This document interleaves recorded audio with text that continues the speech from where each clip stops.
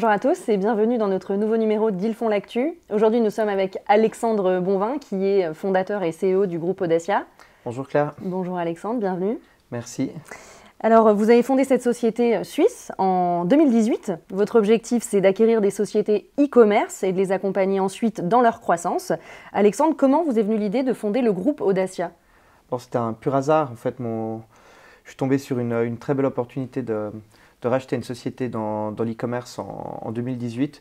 Suite à ce rachat, je me suis rendu compte qu'il y avait pas mal de choses à améliorer dans cette boîte. Et puis le meilleur moyen de le faire, c'était d'avoir une certaine taille et puis de créer des synergies.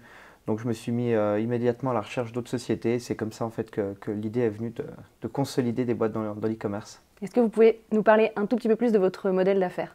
Oui, alors j'ai créé un pôle de compétences en Suisse, donc avec vraiment tout ce qui est admin, IT, marketing, RH ou autres, toutes les choses un peu boring et puis chiantes du management d'une société, pour faire qu'en fait les chefs d'entreprise, ils n'ont plus qu'à se concentrer sur leur business model, de croître leur chiffre d'affaires, de grandir dans d'autres pays.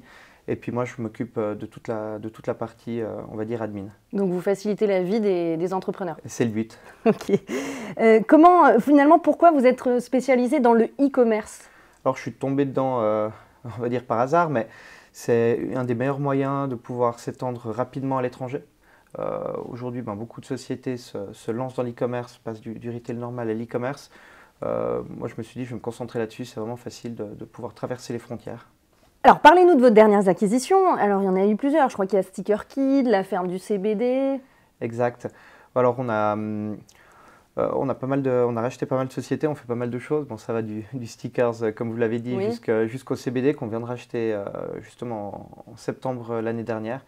Et donc, moi, je suis toujours à la recherche de nouvelles acquisitions dans le marché francophone, mais européen. Et donc, on a toujours à la recherche de pépites. Quels outils vous mettez en place justement pour ces entreprises, pour leur permettre de se déployer davantage, efficacement ? Qu'est-ce que vous proposez ? Alors, une fois qu'on sait comment ça fonctionne pour ouvrir un nouveau pays, pour développer un pays, on essaie de répliquer exactement le même modèle. Donc, c'est assez simple. On a les mêmes process pour tout ce qui est TVA, pour tout ce qui est logistique, transport. On a des country managers dans tous les différents pays. Donc, ils savent le faire pour une société, puis après ils peuvent le faire pour une autre. Il ne faut pas les voir comme différentes sociétés, mais il faut les voir comme des produits différents, sous l'ombrelle d'une même entité. J'imagine que vous devez avoir beaucoup d'opportunités d'investissement. Quels sont vos critères d'évaluation lorsqu'il s'agit d'acquérir une nouvelle entreprise ? Alors, on reçoit beaucoup. Moi, je cherche tout le temps des sociétés, on va dire, de niche, où il y a peut-être un petit peu moins de concurrence. Ça permet de pouvoir mieux contrôler le marché, mais aussi de pouvoir faire des erreurs.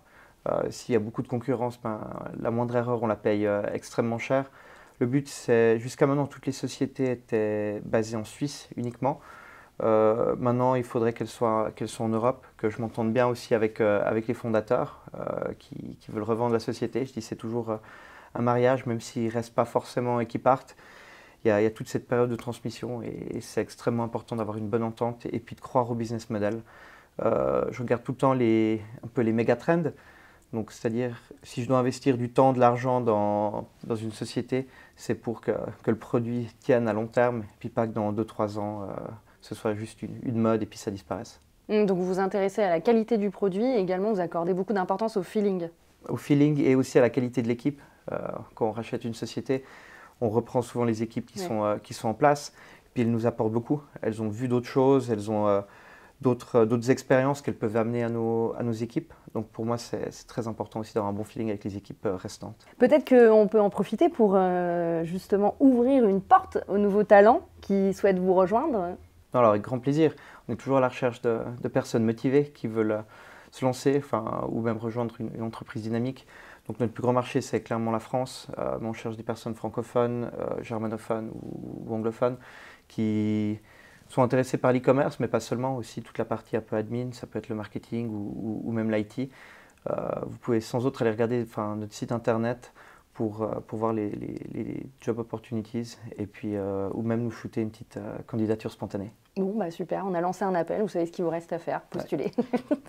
Alors pour conclure, qu'est-ce que vous pourriez donner comme conseil justement aux personnes qui veulent ouvrir leur propre entreprise mais qui ne savent pas comment s'y prendre Alors il faut toujours se concentrer sur le produit, c'est d'abord le produit qui se vend. Il faut bien connaître son produit, son marché. Une fois qu'on connaît bien ça, c'est beaucoup plus facile de consolider autour.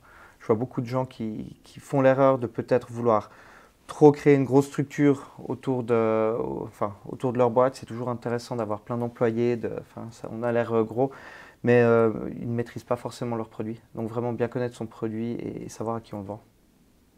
Merci Alexandre Bonvin. Merci Claire. Merci pour cet échange très intéressant. Merci à tous de nous avoir suivis sur ce nouveau numéro d'Ils font l'actu. On se retrouve très bientôt.